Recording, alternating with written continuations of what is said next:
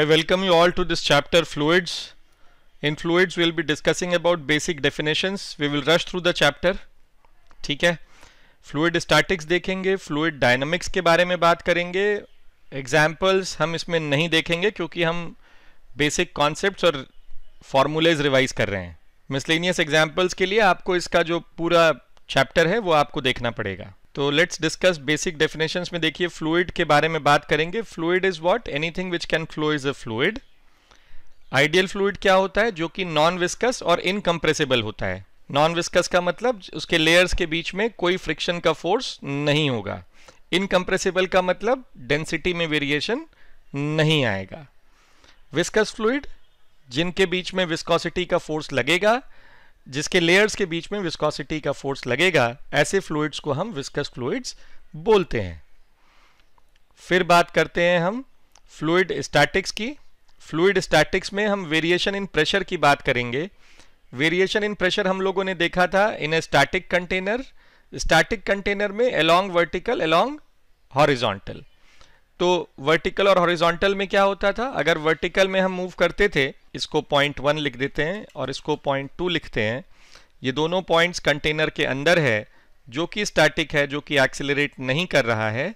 और इन दोनों के बीच का डिस्टेंस अगर h दिया हुआ है, density of fluid is rho, तो pressure at point 1 is plus rho g h is equal to pressure at point 2 होता है. ये अलोंग वर्टिकल की बात कर रहे हैं हम. तो P2 minus P1 is equal to rho g h होता है. और P2 माइनस P1 को अगर मैं dP लिखूं और H को मैं dH लिखूं, तो dP by dH is equal to rho g होगा. ये जो dP बाई dH है, इसको हम बोलते थे प्रेशर ग्रेडियंट. इसको हम बोलते हैं प्रेशर ग्रेडियंट.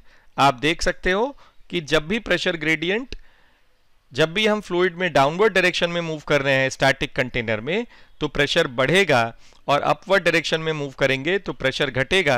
तो अपवर्ड डायरेक्शन के लिए प्रेशर ग्रेडियंट क्या हो जाएगा? dP by dH will be equal to minus rho g. When we go up the fluid, the pressure decreases per unit length by this much value. ठीक है, अब बात करते हैं अलोंग हॉरिजॉन्टल की. अलोंग हॉरिजॉन्टल में क्या आता है? अगर ये कंटेनर है हमारे पास और इस कंटेनर के अंदर फ्लूइड ऐसे भरा हुआ है, और ये इसका टॉप मोस्ट लेयर जो होता है फ्लूइड का, इसको फ्री सरफेस बोलते हैं हम. ठीक है, अब ये फ्री सरफेस अभी इसके बेस के पैरेलल है क्योंकि कंटेनर स्टैटिक है. ठीक है, तो इस फ्री सरफेस के पैरेलल जितने भी सरफेस होंगे, हर एक सरफेस पर अपना एक अलग प्रेशर होगा और वो कांस्टेंट होगा. P1 इस सरफेस पे होगा, वो कांस्टेंट होगा. P2 इस सरफेस पे होगा, वो कांस्टेंट होगा. ये सरफेस 1 था, ये सरफेस 2 था. तो फ्री सरफेस के पैरेलल अगर कोई लेयर है, तो उसके हर पॉइंट पर प्रेशर सेम होगा उस पर्टिकुलर डेप्थ में. ठीक है, ये अलोंग हॉरिजॉन्टल प्रेशर वेरिएशन की बात हम कर सकते हैं. अब बात आती है in an accelerated container. Accelerated container पहले ड्रॉ कर लेते हैं. ये कंटेनर हमने ड्रॉ कर लिया. कंटेनर का एक्सिलरेशन a है फॉरवर्ड डायरेक्शन में. तो जैसे ही कंटेनर का एक्सिलरेशन होगा, ये जो इसका फ्री सरफेस होगा, ये टिल्ट हो जाएगा. और जब ये टिल्ट होगा तो ये कुछ एंगल ऑफ इंक्लिनेशन इसका क्या होगा? इसका एंगल ऑफ इंक्लिनेशन जो हॉरिजॉन्टल के साथ आएगा, ये एंगल ऑफ इंक्लिनेशन अगर ये थीटा है, तो tan थीटा होगा a बाई जी, और theta is tan inverse of a by g. This is tan theta. This tan theta is also given as, अगर सपोज करिए ये दो पॉइंट्स हैं यहाँ पर, ये सेम लेवल पे लाई करते हैं, तो ये P1 है, ये P2 है. एटमॉस्फेरिक प्रेशर P0 है, ये डेप्थ H1 है, और ये डेप्थ यहाँ पर H2 है. तो tan theta is given as, मैंने अभी लिखा है a by g, and this is also given as H1 minus H2 upon ये जो लेंथ है इन दोनों के बीच में L. This is how tan theta is given. ठीक है, पर अब यहाँ पर एक नया केस हम पढ़ने की कोशिश करते हैं, एक्सिलरेटेड कंटेनर के केस में ही. यहाँ पर एक्सीलरेशन अब इस डायरेक्शन में हो गया a, तो इसके दो कंपोनेंट्स होंगे, एक होगा ax और एक होगा ay, और एक तो g है ही है एक्सीलरेशन ड्यू टू ग्रेविटी वाला। तो अब जो एंगल ऑफ इंक्लिनेशन आएगा यहां पर tan theta, now this tan theta will be given as ax upon ay plus g, और theta is equal to tan inverse of ax upon ay plus g। ये हमको ध्यान रखना है। ये कायदे से effective acceleration due to gravity है ay प्लस जी। तो अगर ax नहीं होता, ये कंटेनर सीधे नीचे जा रहा होता या ऊपर जा रहा होता, तो यहां पर g प्लस ay आता। अगर ऊपर जा रहा होता तो, और नीचे आ रहा होता तो effective acceleration due to gravity हो जाता g minus ay। So if the container is going down, so if the container is going up, the effective g will be g plus a, where a is the acceleration which the container is going up, and if it is going down, the effective g will be g minus a, right? And then dp by dh will be what? Then dp by dh as we go down the fluid will be rho times g plus a, and if we go up the fluid it will be minus of rho g plus a। ठीक है, example की जरूरत नहीं है यहां पर। Fluid statics में पहले हमने वेरिएशन इन प्रेशर देखा, अब प्रेशर के बारे में पढ़ते हैं, absolute pressure and gauge pressure. ये कंटेनर है यहां पर, इस कंटेनर के अंदर मैंने ये फ्लूइड भर रखा है। The height of fluid is h, density is rho, pressure is p naught, the atmospheric pressure, right? And we want to find pressure at the bottom of the container. तो pressure P जो यहां होगा that will be P naught plus rho g h. Now absolute pressure क्या है? Absolute pressure atmospheric pressure plus the pressure of the fluid है, so this is absolute pressure.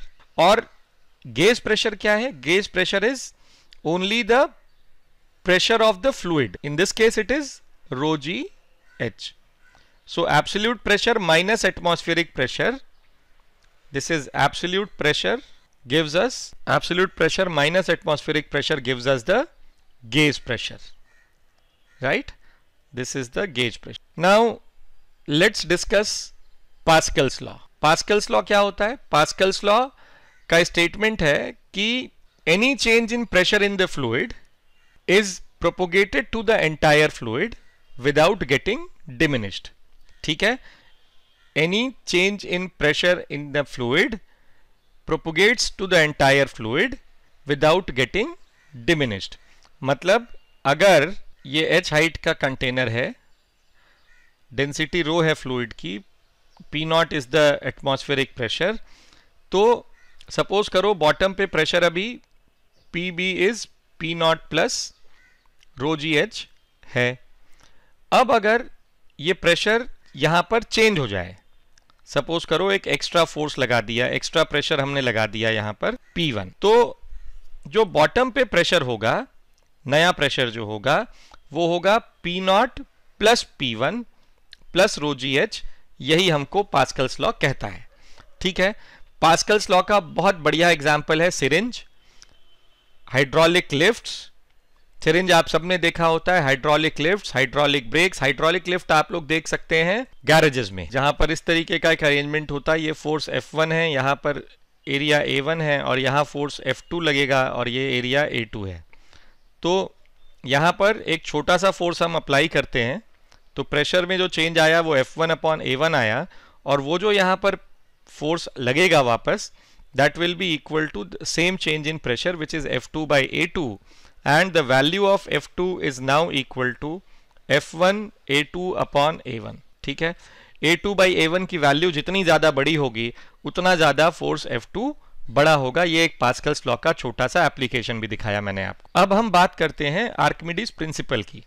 Archimedes principal में BIND force की हम बात करते हैं। BIND force होता क्या है? Buoyant force is an upthrust on an object inside a liquid which is equal to the weight of the liquid displaced। ठीक है, an upthrust on an object inside a liquid which is equal to the weight of the liquid displaced। इसकी तीन conditions होती हैं, floating, submerge और sink.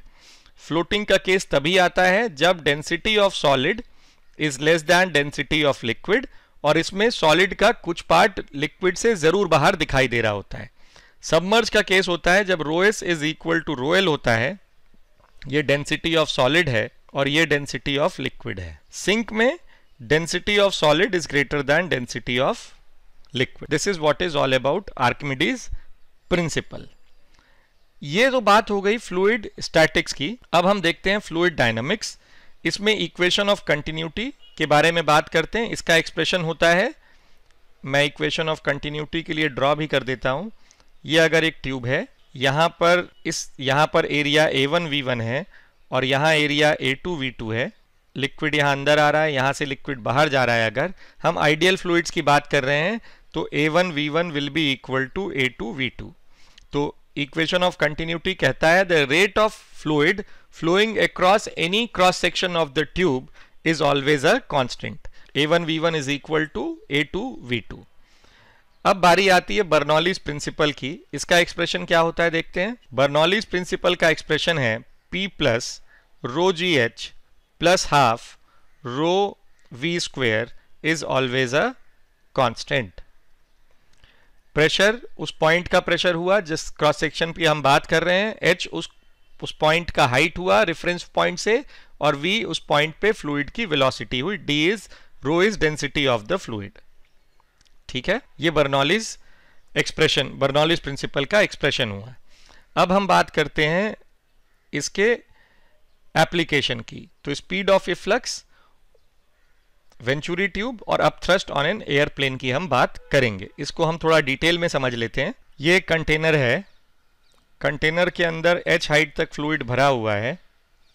Density of fluid is rho, area A, और यहाँ से जो फ्लूइड बाहर आएगा वो v वेलोसिटी से बाहर आ रहा है, ऐसा हमने माना।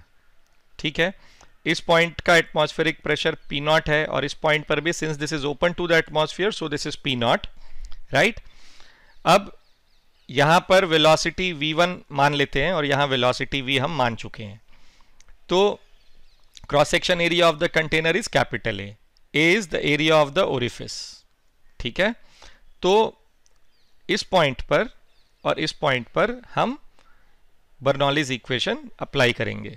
तो P0 plus rho g h, because this height is at a height, this point is at a height h from the reference level, plus half rho V1 square is equal to P0 plus, यहाँ का h कुछ नहीं है, half rho V square. ठीक है, P0 cancel हुआ। Also A V1 is equal to small a into V. Since small a is very small as compared to A, therefore V1 will be approximately 0, because V1 is what? AV upon capital A. So this can be approximated as 0. तो V square की value हो गई यहाँ से 2GH, और V is equal to root of 2G। तो ये free fall की तरह काम करता है कि अगर किसी ऑब्जेक्ट को हमने h हाइट से फॉल करवाया है तो उसकी वेलोसिटी हो जाएगी रूट ऑफ 2gh। तो this is what is speed of efflux is. अब सेकेंड केस की बात करते हैं। सेकेंड केस था वेंचुरी ट्यूब। वेंचुरी ट्यूब का काम होता है हॉरिजॉन्टल लेवल पे फ्लोइंग फ्लूइड में प्रेशर डिफरेंस चेक करना। So this is a venturi tube. यहां पर the fluid is flowing into this tube. हमको इन दो पॉइंट्स का प्रेशर डिफरेंस निकालना है। तो यहां पर प्रेशर P1 है मान लेते हैं, यहां प्रेशर P2 है। इस पॉइंट का एरिया क्रॉस सेक्शन A1 हो गया, वेलोसिटी फ्लूइड की V1 हो गई, यहां पर A2 हो गया, वेलोसिटी V2 हो गई। और ये जो डिस्टेंस है ट्यूब का, ये जो वर्टिकल लिम में जो हाइट राइज हुई है ये H1 है, और ये है लिक्विड की हाइट यहाँ पर जो राइज हुई वो H2 है। ठीक है, तो अब P1 की वैल्यू होगी P0 plus rho g H1, और P2 की वैल्यू होगी P0 plus rho g H2। इस पॉइंट पर 1 और 2 पर हम बर्नौलीज इक्वेशन यूज करते हैं। तो P1 plus half rho V1 square is equal to P2 plus half rho V2 square, P1 और P2 की वैल्यू जब सब्स्टिट्यूट करेंगे हम यहाँ पर, तो हमको मिलेगा rho g H1 plus half rho V1 square is equal to rho g H2 plus half rho V2 square. P naught cancel हो जाएगा, इवन रो भी कैंसिल हो जाएगा यहाँ से, और फिर हमको यहाँ पर मिलता है H1 माइनस H2। अगर हमें देखना होगा, H1 माइनस H2 अगर हमको देखना होगा, तो ये आएगा V2 square minus V1 square upon 2G। So this is the difference in height in the capillaries of the Venturi tube. Pressure difference हम बड़े आसानी से P1 minus P2 is equal to rho g H1 minus H2 करके निकाल सकते हैं, या हम वेलोसिटीज के टर्म्स में भी उसको निकाल सकते हैं इस एक्सप्रेशन से। ये हमने देखा दो एप्लीकेशन बर्नौलीज इक्वेशन के। एक लास्ट एप्लीकेशन है यहाँ पर अपथ्रस्ट ऑन द एरोप्लेन। ये because of its aerodynamic shape, the fluid at the bottom is having velocity v1, that is air, and at the top it is having velocity as v2। ये यहाँ पे जो height का जो difference होगा because of very less density of air, हम इसको अभी इग्नोर कर सकते हैं। तो इन दोनों पॉइंट्स पे हम बर्नौलीज एक्सप्रेशन यूज करते हैं। P1 plus half rho v1 square is equal to P2 plus half rho V2 square. So P1 minus P2 is the excess pressure, and this is equal to half rho V2 square minus V1 square। V2 की value काफी ज्यादा होती है V1 से because of the aerodynamic shape of the aeroplane। अब ये wing span होता है, टेल, ये दोनों विंग्स के एंड टू एंड अगर हम मेजर करेंगे तो ये विंग स्पैन होता है, और हमको इसका एरिया दिया होता है जिसको हम ए से डिनोट करते हैं। ये होता है विंग स्पैन एरिया। तो जो अपथ्रस्ट लगेगा यहां पर, that will be equal to P1 minus P2 into area a, और it will be half of rho a into V2 square minus V1 square। So this is how we see upthrust on an airplane because of Bernoulli's application। Now coming back to our mind map, हम लोगों ने इसमें, मैं एक बार पूरा mind map आपके लिए खोलता हूं। ये हमने इस माइंड मैप के अंदर पढ़ा है पूरा।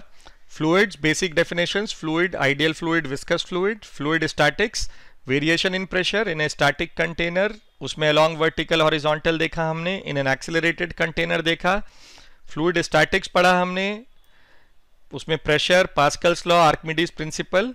फिर फ्लूइड डायनामिक्स पढ़ा उसमें हमने equation of continuity, Bernoulli's principle and application of Bernoulli's principle देखा हमने। ठीक है, तो ये माइंड मैप आपको अवेलेबल भी है, आपके लिंक पे आप जाएंगे, आप डाउनलोड भी कर सकते हैं और आप उस पर प्रैक्टिस भी कर सकते हैं। आप you have to give it a thought, right. जब भी कोई टॉपिक सामने आता है, जैसे आपके पास एक फील्ड सामने आई, basic definition, now you have to think what was the definition of the fluid, right. Now comes ideal fluid and viscous fluid. आपको ये ध्यान रखना है कि आइडियल फ्लूइड की प्रॉपर्टी क्या थी। तो इसीलिए मैंने इस छोटे से वीडियो में आपको ये बताने की कोशिश की है कि हम लोगों ने ये सब चीजें पढ़ रखी हैं। इन डिटेल पढ़ना चाहते हैं आप, तो आपको इन डिटेल पढ़ने के लिए इसके जो लॉन्गर ड्यूरेशन के वीडियोस हैं, 1.5-2 घंटे के वीडियोस हैं, वो आपको देखने चाहिए। ठीक है, so thank you so much. We will meet again in the next chapter, that is properties of matter. Good bye.